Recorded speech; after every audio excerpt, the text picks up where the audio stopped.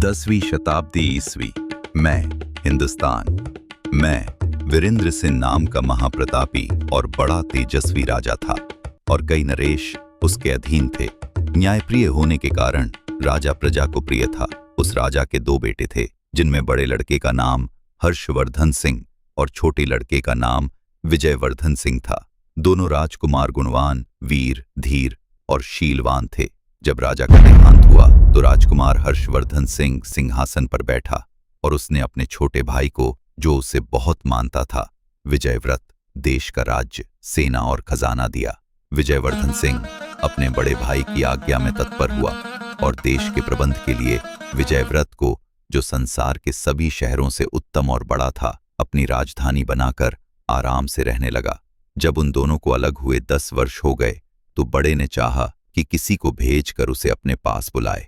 उसने अपने मंत्री को उसे बुलाने की आज्ञा दी और मंत्री यह आज्ञा पाकर बड़ी धूमधाम से विदा हुआ। जब वो विजयव्रत शहर के समीप पहुंचा तो विजयवर्धन सिंह ये समाचार सुनकर उसकी अगवानी को सेना लेकर अपनी राजधानी से रवाना हुआ और शहर के बाहर पहुंचकर मंत्री से मिला।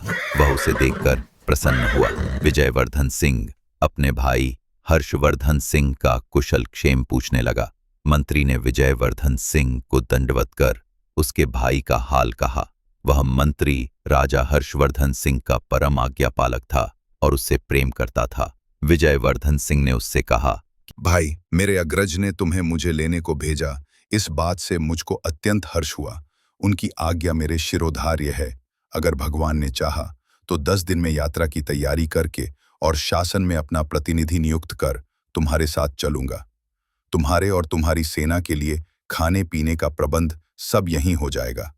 अतएव तुम इसी स्थान पर ठहरो। इस स्थान पर खाने पीने आदि की व्यवस्था कर दी गई और वे वहां रहे।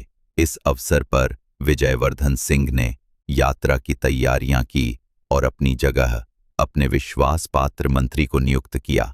एक दिन सायं अपनी रानी से, जो उसे अति प्रिय थी, विदा ली और अपने सेवकों और सैनिकों को लेकर विजयव्रत से चला और अपने खेमे में पहुंचकर मंत्री के साथ बातचीत करने लगा। आधी रात होने पर उसकी इच्छा हुई कि एक बार रानी से फिर मिलाऊं। वो सबसे छुपकर अकेला ही महल में पहुंचा। रानी को उसके आने का संदेह तक ना था। वह अपने एक तुच्छ और कुरूप सेवक के साथ सो रही थी। विजयवर्धन सिंह सोच कर आया था कि रानी उसे देखकर अति प्रसन्न होगी। उसे दूसरे मर्द के साथ सोते देखकर एक क्षण के लिए उसे लकवा मार गया। कुछ संभलने पर सोचने लगा कि कहीं मुझे दृष्टि भ्रम तो नहीं हो गया। लेकिन भली भांति देखने पर भी जब वही बात पाई तो सोचने लगा, ये कैसा अनर्थ है कि मैं अभी विजयव्रत नगर की सीमा से बाहर भी नहीं निकला और ऐसा कर्म होने लगा। वो क्रोधाग्नि में जलने लगा और उसने तलवार निकालकर ऐसे हाथ मारे कि दोनों के सिर कटकर पलंग के नीचे आ गए। इसके बाद दोनों शवों को पिछवाड़े की खिड़की से नीचे गड्ढे में फेंककर वो अपने शिविर में वापस आ गया। उसने किसी से रात की बात न बताई। दूसरे दिन प्रातः ही सेना चल पड़ी। उसके साथ के और सब लोग तो हंसी खुशी रास्ता काट रहे थे, किंतु विजयवर्धन सिंह अपनी रानी के पाप कर्म को याद करके दुखी रहता था और दिनों दिन उसका मुंह पीला पड़ता जाता था। उसकी सारी यात्रा इसी कष्ट में बीती। जब वो हर्षवर्धन सिंह की राजधानी के समीप पहुंचा और हर्षवर्धन सिंह ने ये सुना तो वो अपने सारे दरबारियों को लेकर विजयवर्धन सिंह के स्वागत के लिए आया। जब दोनों एक दूसरे के पास पहुंचे तो अपने अपने घोड़े से उतरकर गले मिले और कुछ देर तक एक दूसरे की कुशल क्षेम पूछकर बड़े समारोह पूर्वक रवाना हुए। हर्षवर्धन सिंह ने विजयवर्धन सिंह को उस महल में ठहराया जो उसके लिए पहले से सजाया गया था और जहां से उद्यान दिखाई देता था। वो महल बड़ा और राजाओं के स्वागत योग्य था। फिर हर्षवर्धन सिंह ने अपने भाई से स्नान करने को कहा। विजयवर्धन सिंह ने स्नान करके नए कपड़े पहने और दोनों भाई महल के मंच पर बैठकर देर तक वार्तालाप करते रहे। सारे दरबारी दोनों राजाओं के सामने अपने अपने उपयुक्त स्थान पर खड़े रहे। भोजनोपरांत भी दोनों राजा देर तक बातें करते रहे। जब रात बहुत बीत गई तो हर्षवर्धन सिंह अपने भाई को आतिथ्य गृह में छोड़कर अपने महल को चला गया। विजयवर्धन सिंह फिर शोकाकुल होकर अपने पलंग पर आंसू बहाता हुआ लौटता रहा। भाई के सामने वो अपना दुख छुपाए रहा, लेकिन अकेला होते ही उस पर वही दुख सवार हो गया और उसकी पीड़ा ऐसी बढ़ गई जैसे उसकी जान लेकर ही छोड़ेगी। वो एक क्षण के लिए भी अपनी रानी का दुष्कर्म भुला नहीं पाता था। वो अक्सर हाय हाय कर उठता और हमेशा ठंडी सांसें भरा करता। उसे रातों को नींद नहीं आती थी। इसी दुख और चिंता में उसका शरीर धीरे धीरे घुलने लगा। हर्षवर्धन सिंह ने उसकी ये दशा देखी तो विचार किया कि मैं विजयवर्धन सिंह से इतना प्रेम करता हूं और उसकी सुख सुविधा का इतना ख्याल रखता हूं, फिर भी सदैव ही इसे शोक सागर में निमग्न देखता हूं। मालूम नहीं इसे अपने राज्य की चिंता खाए जाती है या अपनी रानी का विछोह सताता है। मैंने इसे यहां बुलाकर बेकार ही इसे शोक संताप में डाल दिया। अब उचित होगा कि इसे समझा बुझाकर और उत्तमोत्तम भेंट वस्तुएं देकर विजयव्रत वापस भेज दूं ताकि इसका दुख दूर हो सके। ये सोचकर उसने देश की बहुमूल्य वस्तुएं थालों में लगाकर विजयवर्धन सिंह क्वेरी पास भेजीं और उसका जी बहलाने के लिए तरह तरह के खेल तमाशे करवाए। लेकिन विजयवर्धन सिंह की उदासी कम नहीं हुई बल्कि बढ़ती ही गई।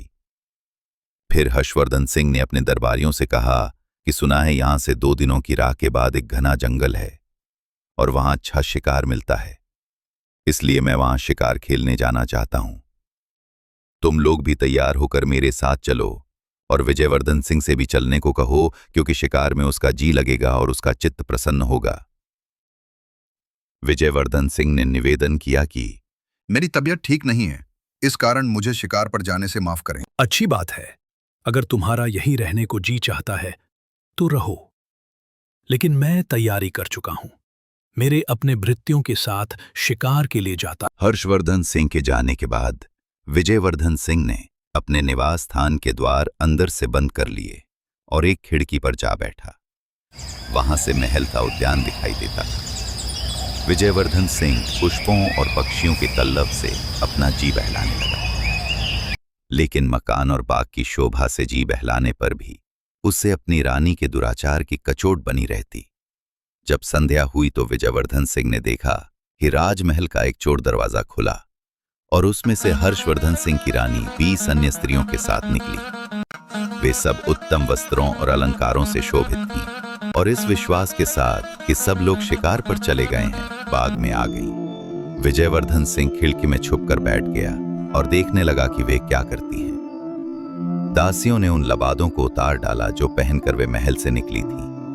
अब उनकी सूरत स्पष्ट दिखाई देने लगी। विजयवर्धन सिंह को यह देखकर आश्चर्य हुआ कि जिन 20 को उसने स्त्री समझा था उनमें से 10 मर्द थे। उन 10 ने अपनी अपनी पसंद की दासी का हाथ पकड़ लिया। सिर्फ रानी बगैर मर्द की रह गई। फिर रानी ने आवाज दी, हरिहर हरिहर। इस पर एक हृष्ट-पुष्ट युवक जो उसकी आज्ञा की प्रतीक्षा में था एक वृक्ष से उतरकर बेगम की ओर दौड़ा और उसका हाथ पकड़ लिया। उन 11 ने 10 दासियों और रानी के साथ क्या किया उसका वर्णन मैं लज्जावश नहीं कर सकूंगा। यह कांड देखकर विजयवर्धन सिंह घोर आश्चर्य हुआ। उसने सोचा कि मैं तो दुखी हूं ही, मेरा बड़ा भाई मुझसे भी अधिक दुखी है। यद्यपि वह अत्यंत शक्तिशाली और वैभवशाली है, तथापि इस दुष्कर्म को रोकने में असमर्थ है। फिर मैं इतना शोक क्यों करूं? जब मुझे मालूम हो गया कि यह नीच कर्म संसार में अक्सर ही होता है, तो मैं बेकार ही स्वयं को शोक सागर में डुबोए दे रहा हूं। यह सोचकर उसने सारी चिंता छोड़ दी और साधारण रूप से रहने लगा। पहले उसकी भूख मिट गई थी, अब वो जाग गई और वह नाना प्रकार के स्वादिष्ट व्यंजन मंगाकर खाने लगा और संगीत नृत्य आदि का आनंद लेने लगा। जब हर्षवर्धन सिंह शिकार से लौटा तो विजयवर्धन सिंह ने बड़ी प्रसन्नतापूर्वक उसका स्वागत किया। हर्षवर्धन सिंह ने उसे शिकार किए हुए बहुत से जानवर दिखाए और कहा कि बड़े खेद की बात है कि तुम शिकार पर नहीं गए, वहां बड़े आनंद की जगह है। विजयवर्धन सिंह हर्षवर्धन सिंह की हर बात का हंसी खुशी उत्तर देता रहा। हर्षवर्धन सिंह ने सोचा था कि वापसी पर भी विजयवर्धन सिंह दुख और शोक में डूबा पाएगा, लेकिन इसके विपरीत उसे प्रसन्न और संतुष्ट देखकर बोला, ए भाई, भगवान को बड़ा धन्यवाद है कि मैंने थोड़ी ही अवधि में तुम्हें प्रसन्न और व्याधिमुक्त देखा। अब मैं तुम्हें सौगंध देकर एक बात पूछता हूं, तुम वह बात जरूर बताना। विजयवर्धन सिंह ने कहा, यो बात भी आप पूछेंगे, मैं अवश्य बताऊंगा। हर्षवर्धन सिंह ने कहा, जब तुम अपनी राजधानी से यहां आए थे तो मैंने तुम्हें शोक सागर में डूबा देखा था। मैंने तुम्हारा चित्त प्रसन्न करने के लिए अनेक उपाय किए, भांति भांति के खेल तमाशे करवाए, किंतु तुम्हारी दशा जैसी की तैसी रही। मैंने बहुत सोचा कि इस दुख का कारण क्या हो सकता है, किंतु इसके सिवा कोई कारण समझ में नहीं आया कि तुम्हें अपनी रानी के विछोह का दुख है और राज्य प्रबंध की चिंता है। किंतु अब क्या बात हुई जिससे तुम्हारा दुख और चिंता दूर हो गई? विजयवर्धन सिंह ये सुनकर मौन रहा, किंतु जब हर्षवर्धन सिंह ने बार बार यही प्रश्न पूछा तो वो बोला, आप मेरे मालिक हैं, मुझसे बड़े हैं। मैं इस प्रश्न का उत्तर न दूंगा क्योंकि इसमें बड़ी निर्लज्जता की बात है।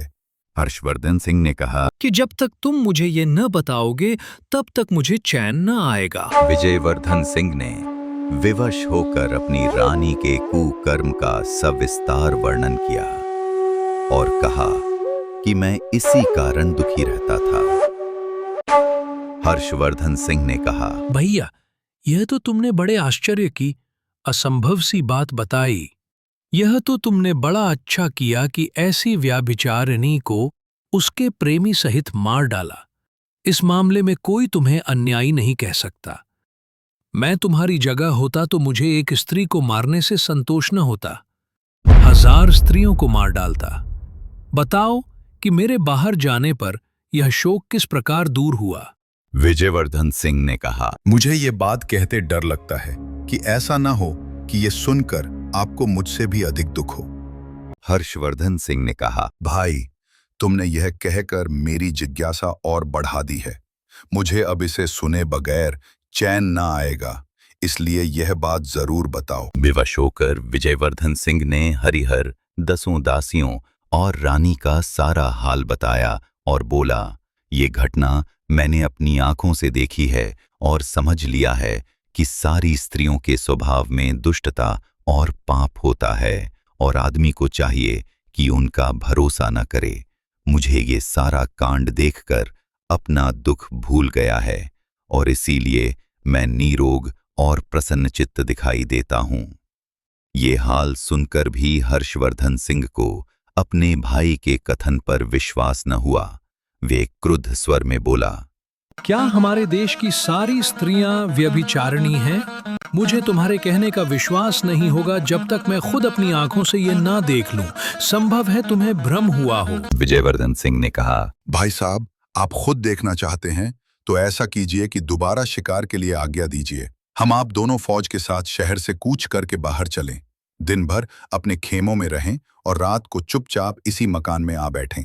फिर निश्चय ही आप वो सारा व्यापार अपनी आंखों देख लेंगे जो मैंने आपको बताया है। हर्षवर्धन सिंह ने ये बात स्वीकार करके दरबारियों को आज्ञा दी कि कल मैं फिर शिकार को जाऊंगा।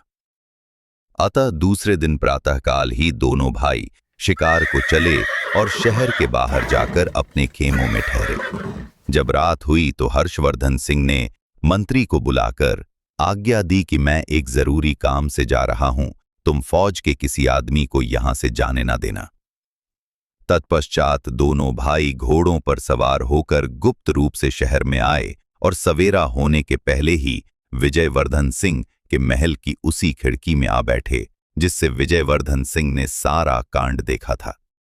सूर्योदय के पूर्व ही महल का चोर दरवाजा खुला और कुछ देर में रानी अपने उन्हीं स्त्रीवेशधारी के साथ वहां से निकलकर बाग में आई और हरिहर को पुकारा। ये सारा हाल जो न कहने के योग्य है न सुनने के, देखकर हर्षवर्धन सिंह अपने मन में कहने लगा कि हे भगवान, ये कैसा अनर्थ है कि मुझ जैसे महान नृप की पत्नी ऐसी व्यभिचारिणी हो।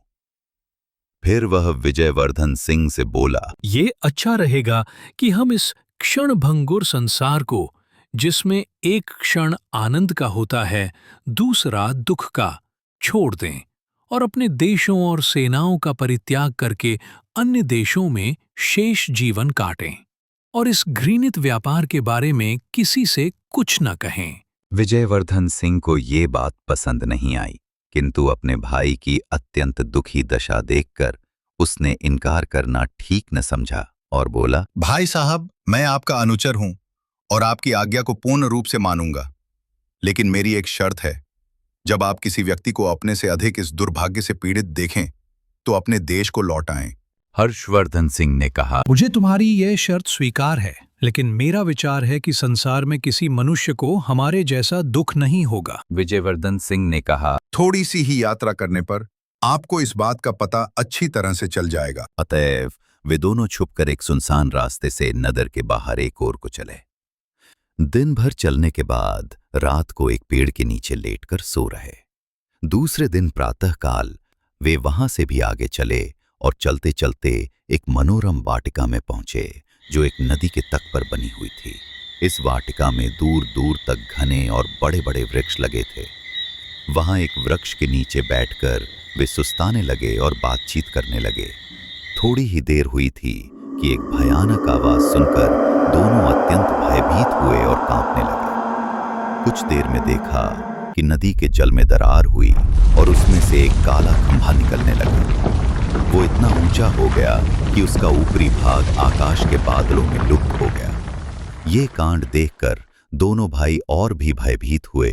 उन्होंने देखा कि काला खंभा नदी के तट की ओर बढ़ने लगा और तट पर आकर एक महाभयानक दैत्य के रूप में परिवर्तित हो गया। दैत्य नदी तट पर आया तो उन्होंने देखा कि उसके सिर पर एक शीशे का बड़ा और मजबूत संदूक है जिसमें पीतल के 4 ताले लगे हैं। दैत्य ने नदी तट पर आकर सिर से संदूक उतारा और उसी वृक्ष के नीचे रख दिया जहां दोनों भाई छुपे थे। फिर उसने कमर से लटकती हुई 4 चाबियों से संदूक के चारों ताले एक एक करके खोले। संदूक खोला तो उसमें से एक अति सुंदर स्त्री निकली जो उत्तमतम वस्त्राभूषणों से अलंकृत थी। दैत्य ने स्त्री को प्रेम दृष्टि से देखा और कहा, प्रिय, तू सुंदरता में अनुपम है। बहुत दिन हो गए जब मैं तुझे तेरे विवाह की रात को उड़ा लाया था। इस सारे काल में तू बड़ी निष्कलंक और मेरे प्रति वफादार रही है। मुझे इस समय बड़ी नींद आ रही है, इसलिए तेरे निकट सोना चाहता हूं। सोते समय उसकी सांस का स्वर ऐसा हो रहा था जैसे बादल गरज रहे हों। सारा वातावरण उस ध्वनि से कंपायमान हो रहा था। एक बार संयोग से जब स्त्री ने ऊपर की ओर देखा तो उसे पत्तियों में छुपे हुए दोनों भाई दिखाई दिए।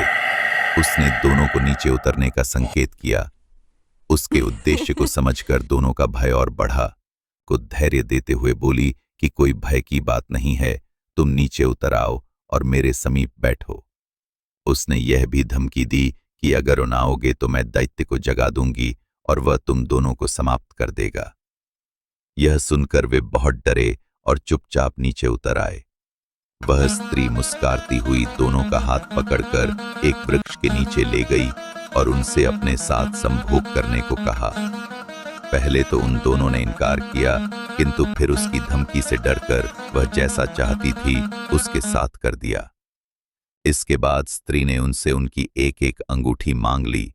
फिर उसने एक छोटी सी संदूकची निकाली और उनसे पूछा, जानते हो इसमें क्या है और किस लिए है? हमें नहीं मालूम, तुम बताओ इसमें क्या है। उस सुंदरी ने कहा, इसमें उन लोगों की निशानियां हैं जो तुम्हारी तरह मुझसे संबंध कर चुके हैं। ये 98 अंगूठियां थीं और तुम्हारी 2 मिलने से 100 हो गईं। इस दैत्य की इतनी कड़ी निगरानी के बाद भी मैंने 100 बार ऐसी मनमानी की है।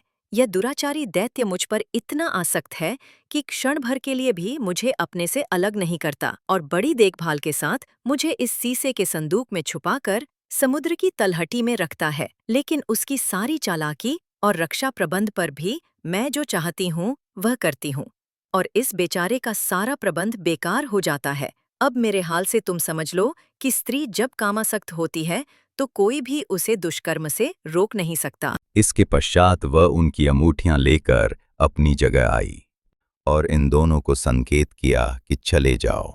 दोनों वहां से चल दिए और जब बहुत दूर निकल गए तो विजयवर्धन सिंह ने अपने बड़े भाई हर्षवर्धन सिंह से कहा, देखिए, इतनी सुरक्षा और कड़े प्रबंध पर भी ये स्त्री अपने मन की अभिलाषा पूरी कर रही है।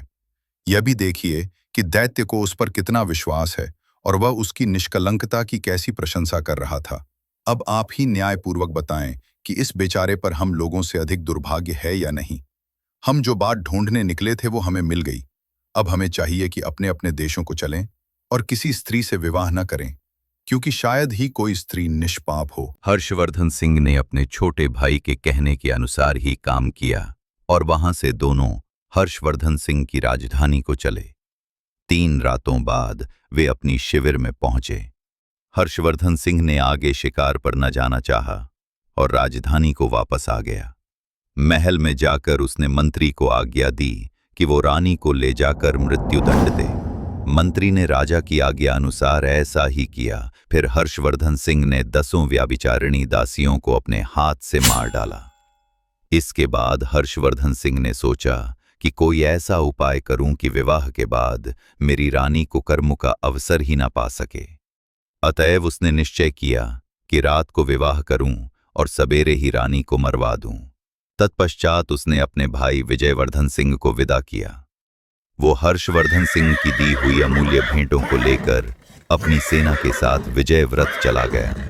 विजयवर्धन सिंह के जाने के बाद अपने प्रधानमंत्री को आज्ञा दी कि वो विवाह हेतु किसी सामंत की बेटी को लाए।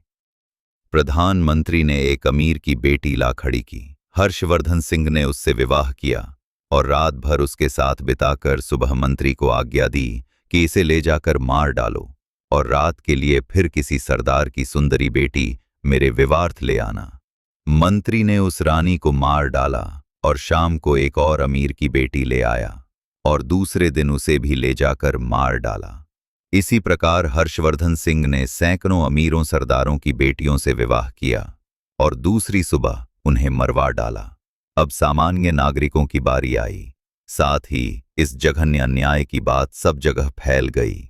सारे नगर में शोक, संताप और रोदन की आवाजें उठने लगीं।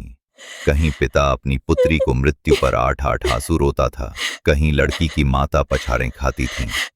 जो कन्याएं अभी तक बच रही थीं, उनके माता पिता और सगे संबंधी अत्यंत दुखी रहते थे।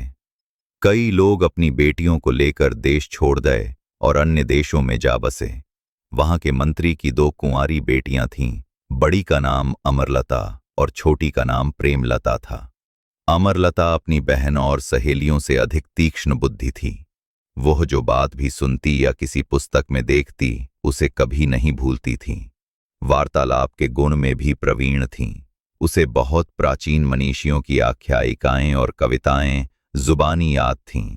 अमरलता बोली, मैं आपसे कुछ कहना चाहती हूँ, लेकिन आपको मेरी बात माननी होगी। मंत्री ने कहा। यदि तेरी बात मानने योग्य होगी तो मैं अवश्य मानूंगा। अमरलता बोली, मेरा निश्चय है कि मैं महाराज को इस अन्याय से रोकूं जो वह कर रहा है, और जो कन्याएं अभी बची हैं उनके माता पिता को चिंता मुक्त कर दूं। मंत्री ने कहा। बेटी, तुम यह हत्याकांड किस प्रकार रोक सकती हो? तुम्हारे पास कौन सा उपाय ऐसा हो सकता है जिससे यह अन्याय बंद हो? अमरलता बोली, यह आपके हाथ में है। मैं आपको अपनी सौगंध देकर कहती हूँ कि मेरा विवाह महाराज के साथ कर दीजिए। मंत्री ये सुनकर कांपने लगा और बोला, बेटी, तू पागल हो गई है क्या जो ऐसी वाहियात बातें कर रही है? क्या तुझे महाराज के प्रण का पता नहीं है? तू सोच समझ कर बात किया कर। तू किस तरह महाराज को इस अन्याय से रोक सकेगी? बेकार ही अपनी जान गंवाएगी। अमरलता ने कहा। मैं महाराज के प्रण को भली भांति जानती हूँ, परंतु अपने इस विचार को किसी प्रकार न छोड़ूंगी। यदि मैं अन्य कन्याओं की भांति मारी गई तो इस असार संसार से मुक्ति पा जाऊंगी।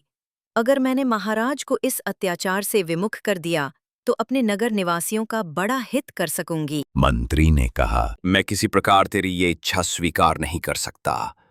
मैं तुझे जानते बूझते ऐसी विकट परिस्थिति में कैसे डाल सकता हूं? अजीब सी बात है कि तू मुझसे कहती है कि मेरी मौत का सामान कर दो। कौन सा पिता ऐसा होगा जो अपनी प्यारी संतान के लिए ऐसा करने का सोच भी सकेगा? तुझे चाहे अपने प्राण प्यारे न हों, लेकिन मुझसे ये नहीं हो सकता कि तेरे खून से हाथ रंगूं। अमरलता फिर भी अपनी जिद पर अड़ी रही और विवाह की प्रार्थी रही। मंत्री ने कहा। तू बेकार ही मुझे गुस्सा दिला रही है। आखिर क्यों तू मरना चाहती है? क्यों अपने प्राणों से इतनी रुष्ट है? सुन ले, जो भी व्यक्ति किसी काम को बगैर सोच विचार के करता है, उसे बाद में पछताना पड़ता है। मुझे भय है कि तेरी दशा उस गधे की तरह न हो जाए जो सुख से रहता था किंतु मूर्खता के कारण दुख में पड़ा। अमरलता ने कहा, यह एक कहानी मुझे बताइए। क्या अमरलता राजा से कन्याओं को बचा पाएगी? मंत्री ने उसे ऐसी कौन सी कहानी सुनाई? जानने के लिए जुड़े रहिए जोड़ी की पौड़ी चैनल पर। मिलते हैं अगले वीडियो में, और अगर आप यहां तक आए हैं तो लाइक और सब्सक्राइब करना न भूलें। आपका एक लाइक, सब्सक्राइब और शेयर हमारे लिए बहुत कीमती है।